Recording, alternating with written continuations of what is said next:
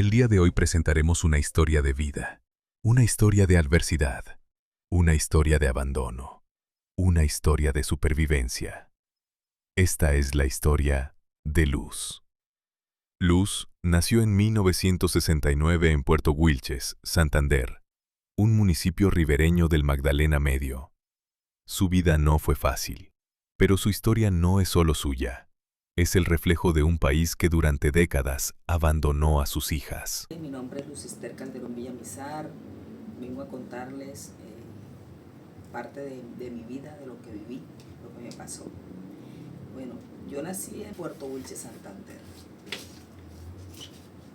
De edad de 2 años, mi papá lamentablemente pues le tocó venirse para la costa porque él tenía que venir a resolver unas circunstancias con mi abuelo, de la finca y todo eso. Ahí empezó pues prácticamente mi vida, que no fue fácil, fue dura porque desde pequeña pues nos tocó ser prácticamente los hombres de la finca, de la casa. Nos tocaba pues hacer no solamente la labor como corresponde, de pronto echar el agua, cortar la leña, porque estamos en una finca, obvio. Ahí pues es donde uno se da cuenta que prácticamente no tuvimos niñez, porque la niñez la vivimos nosotros era en el monte, echando el ganado, buscando pues solventar la situación para la casa, porque no había quien más lo hiciera. A mediados de los 70, Colombia vivía bajo el Frente Nacional. El presidente era Alfonso López Miquelsen, 1974 a 1978. La economía dependía del café, pero el campo seguía sumido en la miseria. El 50% de la población colombiana era pobre. El trabajo infantil no era un delito, sino que se convertía en una necesidad. Y es cuando mi mamá ve que la situación pues no es la que ella prácticamente quisiera, porque está descuidándonos a nosotros, está descuidando a la casa. Entonces ella decide buscar una forma de una vida mejor. Nos dice que nos vayamos para otra parte, para una ciudad donde sea más, donde uno tenga como más formas de subsistir, porque prácticamente pues ese es un pueblo donde pues sí, las cosas de pronto las consigue uno más económicas, pero no hay trabajo. Entonces nos vamos para Valledupar. Allá yo empiezo a trabajar, ella también. Yo ahí me quedo unos años viviendo ahí en el valle, trabajando también con una señora en casa de familia. Mi mamá decide irse para Bucaramanga.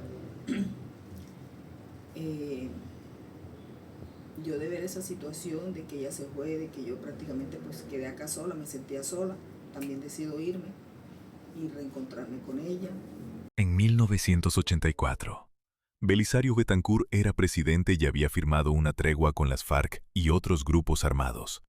Y aunque la esperanza se palpitaba, la paz no llegó, como tampoco hubo paz en la vida de Luz. El 40% de los colombianos seguían siendo pobres, y el desempleo urbano superaba el 13%. Para una mujer sin educación, el servicio doméstico era la única puerta. El machismo, lastimosamente, dictaba que ese era su lugar. Iba a cumplir 23 años, me fui a cuidar a una tía que se enfermó de Bucaramanga, decido pues sí, arrancar para allá. Allá conozco pues al papá de mi hijo, mi hijo mayor. Pienso que puedo tener un bonito hogar con él. Resulta que desde que nació el niño, empezaron los problemas, las peleas.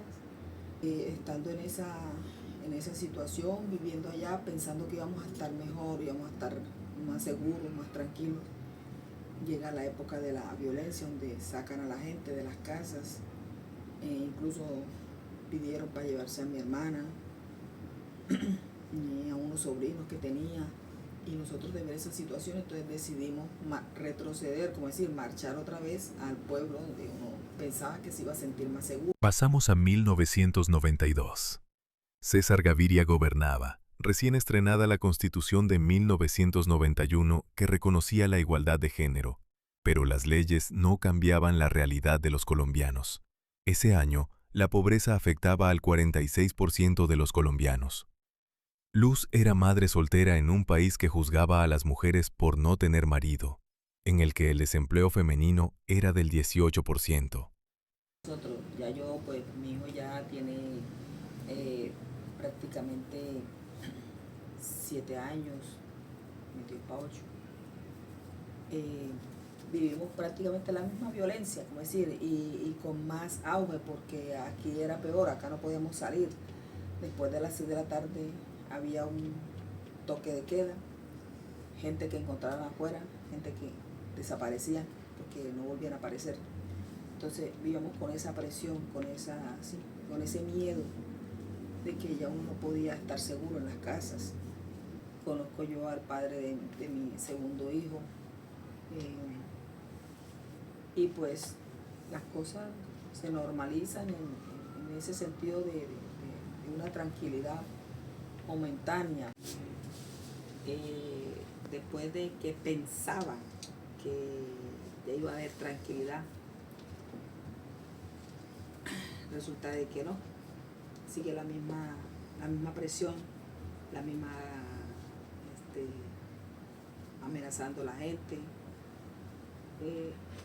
Eran grupos armados al margen de la ley. He decidido mandarlo para Cali, él estuvo un tiempo.